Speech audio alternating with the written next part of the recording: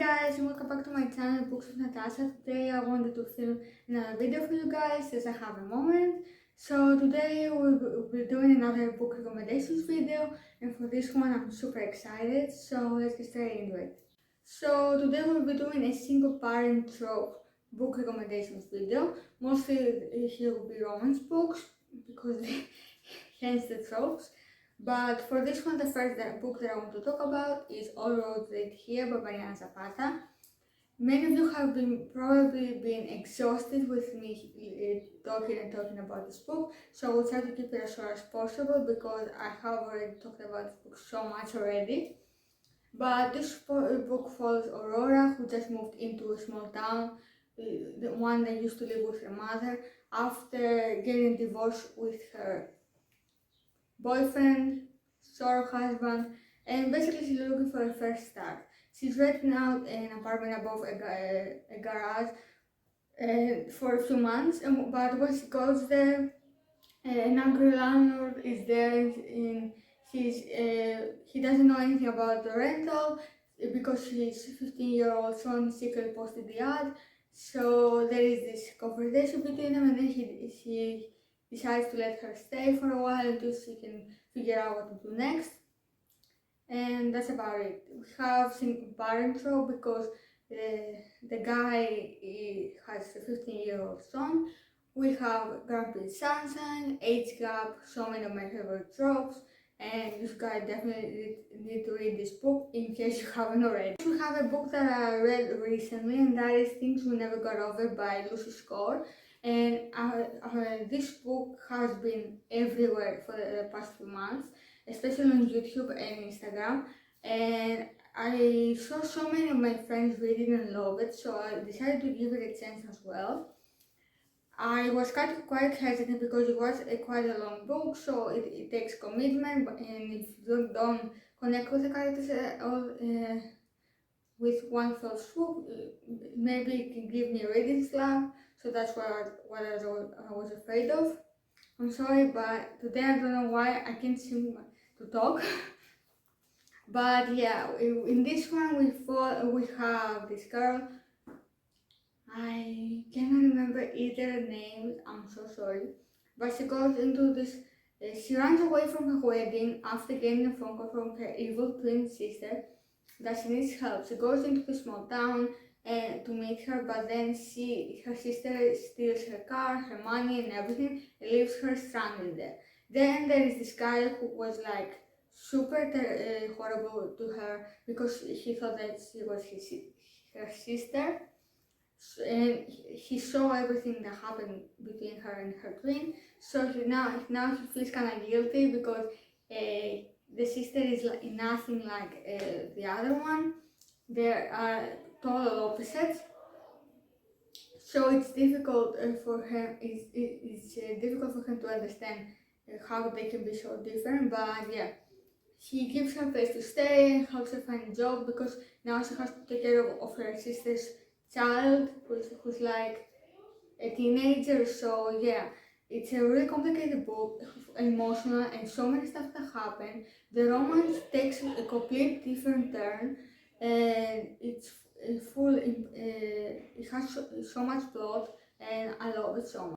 The next book that I want to talk about, again, I have spoken a lot of this channel, but still, that is the Copper Smith Farmhouse by David Perry. This is book one of the Jameson Valley series, one of my new all-time favorite series ever.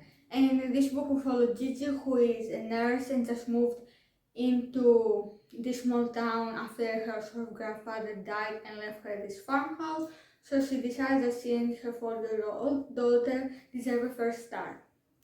So when they go there, they meet Jess, who is the sheriff of the town, and they don't get off in the right foot because Jess is like super rude because he thinks that Gigi took advantage of his sort of uncle.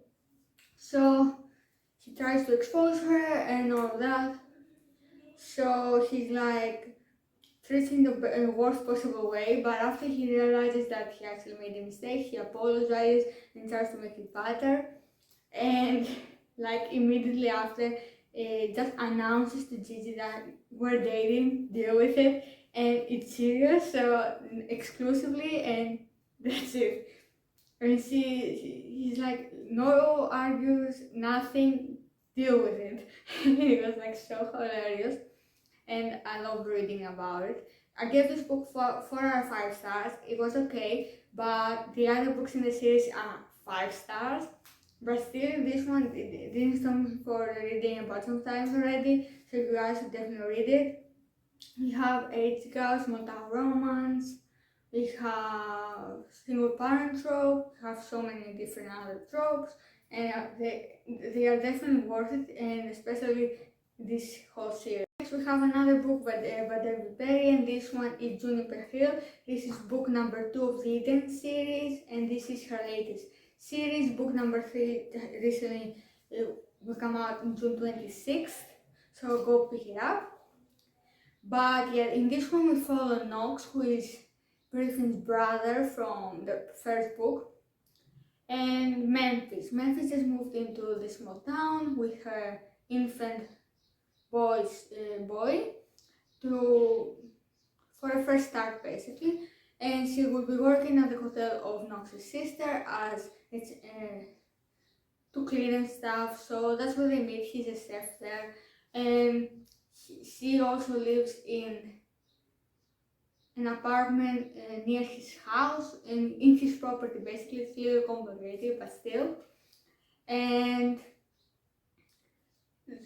Knox values his privacy very much. He prefers to be alone because some stuff had happened in the past with him, left his heart broken, and now he really doesn't want to try that again. But before he even realizes it, he has fallen in love with Memphis and her son, and he just wants to protect them and be a family with them together. So it's just the sweetest thing. I loved it so much. It was so good how he took care of her and her son and always put them first and protected them and gave them exactly what they needed. And I just love it so much. 4.5 out of 5 stars this book, and I highly recommend that you guys read it. The final book that I'm going to talk about, many of you have already guessed, and that is Wait For It by Mariana Zapata. In this one, we have a single parent trope, but it's more like an aunt who takes care of her nephews. But still, in this book, we follow Diana, who just moved into this new house that she got, and with her 2 nephews, Josh and... oh my god, I'm blanking out of the name of the cute one. Anyway, with her 2 nephews, and she tries to have a first start with them because they lost their father a few years ago, and she lost her brother, so they are still struggling. So eventually the night they move in, something happens with her neighbors, and she goes there to help them, and that's how she meets Dallas, and he's her neighbor.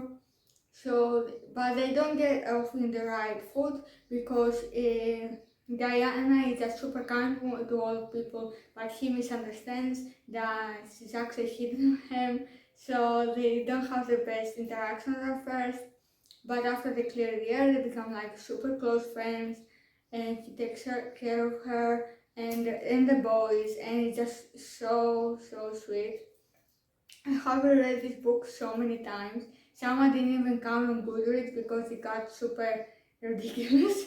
So yeah, I hope you guys read this one, especially because I can't stop talking about it. It's just super sweet. We have like such a gradual and natural course in the relationship, and I just love it so much. The only thing that I kinda didn't like in this book is the ending. I really wanted to have like a different scene or a little bit longer scene, but I did love the one that was given to us, but still. That's for my video. Thank you so much for watching. I hope that my recommendations were helpful for you, and I will see you soon. So like, subscribe, and stick around. Also, I would really appreciate if you guys could give my account below some love, and I will see you soon for my next video. Bye!